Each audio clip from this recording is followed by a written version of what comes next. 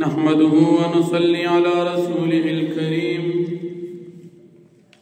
أما بعد فأعوذ بالله من الشيطان الرجيم بسم الله الرحمن الرحيم ويقول الذين آمنوا لولا نزلت سورة فإذا أنزلت سورة محكمة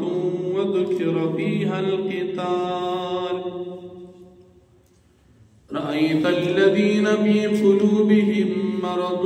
ينظرون إليك نظر المغشي عليه من الموت فأولى لهم صدق الله العظيم. سورة محمد شپږشتمه پارا شلم نمبر آیت دی. مخکې آیتونو کې د منافقانو قباحتونه بیان شو، پس په دې آیتونو کې هم د منافقانو قباحتونه بیانېږي. کله چې مؤمنان د کافرانو مشرکانو نه تنګ شو، د دې مؤمنانو تمنا دا وه چې موږ ته د الله پاک د طرف نه د جهاد حکم ملو شي، چې داسې صورت نازل شي چې په هغې کې د جهاد اجازت وي.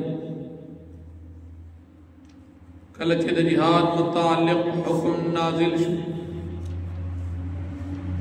نو منافقان د جهاد نه ویریدل او جهاد وی بد ګڼو. دی مسلمانانو ته او نبی علیہ السلام ته داسې کتل لکه په دې باندې چې د مرګ د وجې بېهوشي راغلي، ځکه د جهاد نه یریږي، په جهاد کې دوی ته مرګ ښکاري.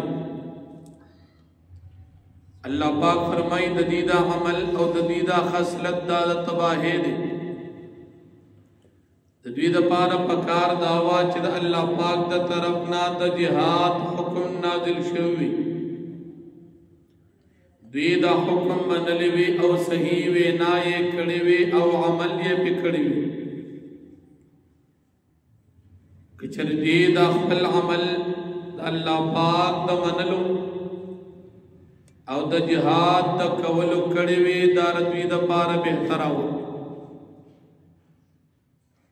بیا الله رب العالمین فرمایي منافقانو ته تنبیه ورکړي،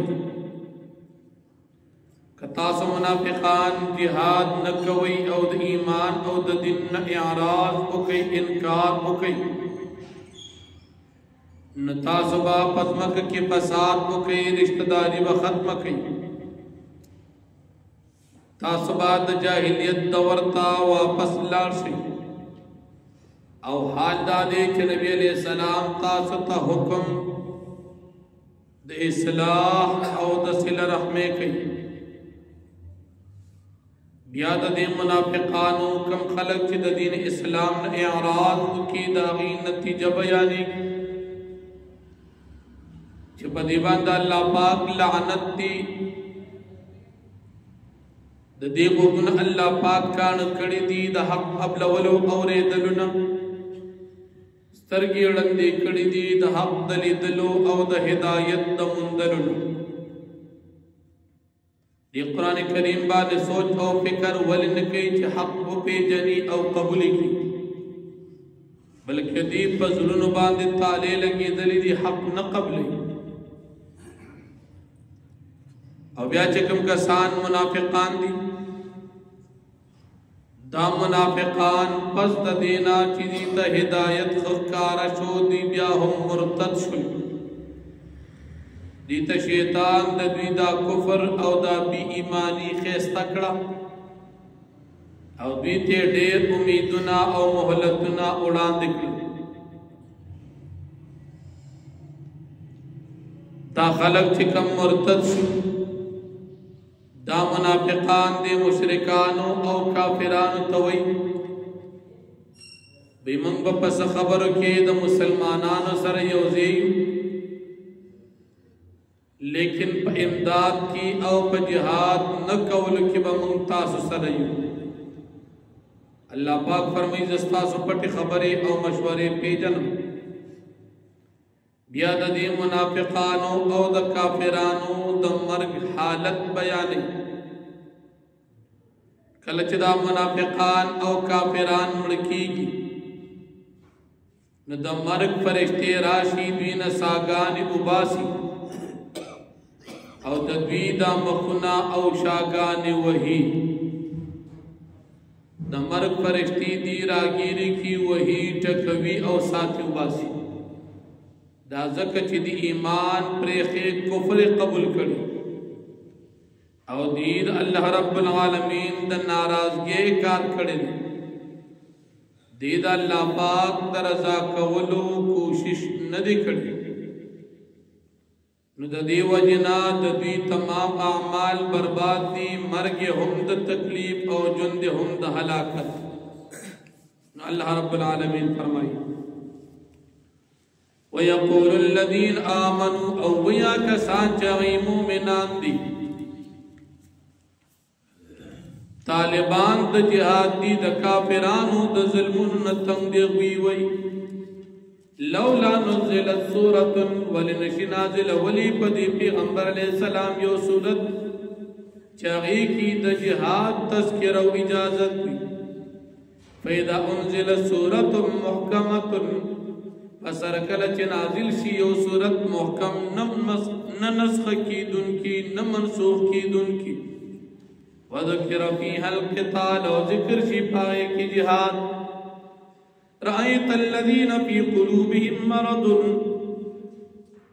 تبوین آگسان چه داغی پزرن کی مرض دن پاک دی منافقان بوینی چه کلد جہاد اجازت ملوشی ينظرون إليك دي بقوري تاتا نظر المغشي عليه من الموت پشان دا قتلو دا بهوشی چراغلی پدبان دے دا مرگ دا وجی فأولا لهم پزدوی دا پار حلاکت و تباہی دا طاعت و قول معروف دا دے دا پارا حکم من الاوینا صحیح پکاروا فإذا عزم الامر فسر کل چی جہاد فرس شو فلو صدق اللہ لکانا خیر اللہ پس کئی چر دی رشتنوالی کڑی وی اخبر ایمان او پتابدارے کہ اللہ پاک تی اخبر ایمان او نیکی خکارا کڑی وی لکانا خیر اللہ خام خارت وی دا پارا دا بہتروا فہل آسیتم پس یقین خبر دا کی دیشی تاسو ان تولیتم کچرتا سے ارازو کود ایماننا ان تفسدو فی الارد دا چتا سو فسادو کی پزمک کی وتقطعو ارحامکم او تاسو بکٹکڑی خبل رشتہ دارے اولئک الذین لعنہم اللہ دا کسان دی چی پدی باند لعنت دیگی اللہ پاک فاسم بس اللہ پاک دی کانکر الحق قولی دلو قبل ولنا وَأَعْمَا بَصَارَهُمْ او اللہ پاک راندکر دی دیسترگی داق دلی دلو دا قبل ولنا افلا یتدبرون القرآن آئی دی سوچ او فکر نکی پا قرآن کریم چی حق کو بیجن او قبول کی ام علا قلوب اقفالها یا ردی بزن باندی تالی دی چی حق نقبلی ان الذین ارتدوا علا ادبارهم بے شک آگسان چاگئی مرتد چو پخپلو کندو باندی یا پخپلو شاگانو باندی من بعد ما تبین لهم الہدا پس داغنا چخکارا شو دی تہدایت الشیطان سول لهم عملا لهم شیطان دی تخیستکڑ دوی دا کفر او دیتے محلت ورکو ذالک بیانهم دوی دا گمراہ کول بے شک دوی چی دی قالون ویدا منافقان للذین کرہو آگا سانت چغی بدگنی ما ہوا کتاب نزل اللہ چلا پاکے نازلی مشرکان یا اہل کتاب سنطیعکم زرد چمن بستاس و تابداری کو فی باز الامر پا باز کارونو کی واللہ یعلم اسرارهم او اللہ پاک بی جنید دی پٹ رازنا فکیف اذا توفتهم الملائکتو فسنگ حال وی کل چوپات کی دیل مرگ فرشتی یضربون وجوہهم وہی بات بی مخنا وادبارم ددوی شاگان ذالک بانہم تدوی دا وحل پا سبب ددی بیشک دوی چی دی اتبعو ما اسقط اللہ دی تابداریو کا دا کارونو چا اللہ پاک ناراضا کئی وکرہو رضوانو او دی بدگنی دا اللہ پاک رضا مندی فاحبتو عمالو پس اللہ پاک برباد کرد دی عملنا